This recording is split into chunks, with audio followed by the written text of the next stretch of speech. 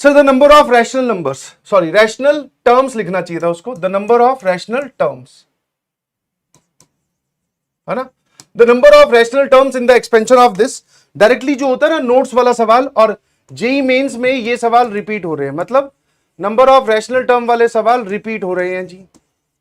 ये सवाल फिर से पहले भी पूछे गए हैं, ऐसे फिर पूछे गए हैं। क्या करते हैं सर ऐसी सिनेरियो में, हम कुछ नहीं, इसकी जनरल टर्म लिख लेते हैं, that is 15CR, first place वाला जो वेरिएबल है उसकी पावर, इन दोनों का difference that is 15 minus R, और सेकेंड प्लेस वाला जो वेरिएबल है उसकी पावर सर ये वाली चीज दैट इज आर।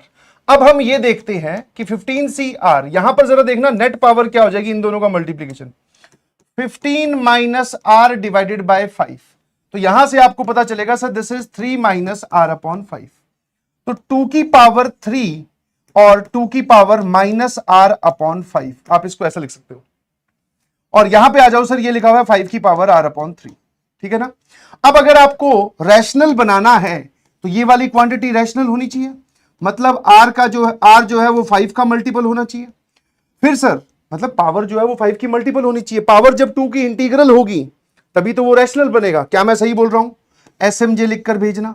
और अगर इसको रैशनल बनाना है तो जो आर है वो 3 का मल्टीपल होना चाहिए। तो आर देखना जरा, यहां लिखा हुआ है 15CR, इसमें आर की वैल्यू 0 से लेकर 15 तक कोई भी नेचुरल नंबर या फिर होल नंबर हो सकती है। ऐसे कौन से हैं, ऐसे कौन से नंबर हैं 0 से लेकर 15 तक जो कि 5 के भी मल्टीपल होते हैं और 3 के भी मल्टीपल होते हैं। तो सर बेसिकली दोनों का मल्टीपल बनाना है, तो मतलब 15 का मल्टीपल आप ढूंढ रहे हो, तो ऐसे ही आपके पास में आर की दो ही वैल्यू हो जाएंगी, एक 0 और एक 15। तो नंबर ऑफ टर्म्स कितनी आई sir, that is option B, दो ही टर्म इसमें रैशनल आएंगी, एक 0 जब आप आर की वैल्यू 0 रखोगे और दूसरी जब आप आर की वैल्यू 15 रखोगे। क्लियर है, बहुत बढ़िया, शाबाश। सम ऑफ रैशनल टर्म पूछा था तो सम निकाल लो, ठीक है। सम ऑफ रैशनल टर्म अगर आपसे पूछा है, मान लो इसमें मेमोरी बेस्ड में, तो आप आर की वैल्यू 0 पुट कर दो एक बार। अबे आर की वैल्यू इसमें 0 पुट कर दो, यहां से एक टर्म बनेगी, फिर आप आर की वैल्यू 15 पुट कर देना, यहां से फिर एक टर्म बनेगी, उन दोनों का सम निकाल देना, ठीक है। अगर नंबर ऑफ टर्म्स की बात करें तो दो सम आप निकाल सकते हैं, ठीक है।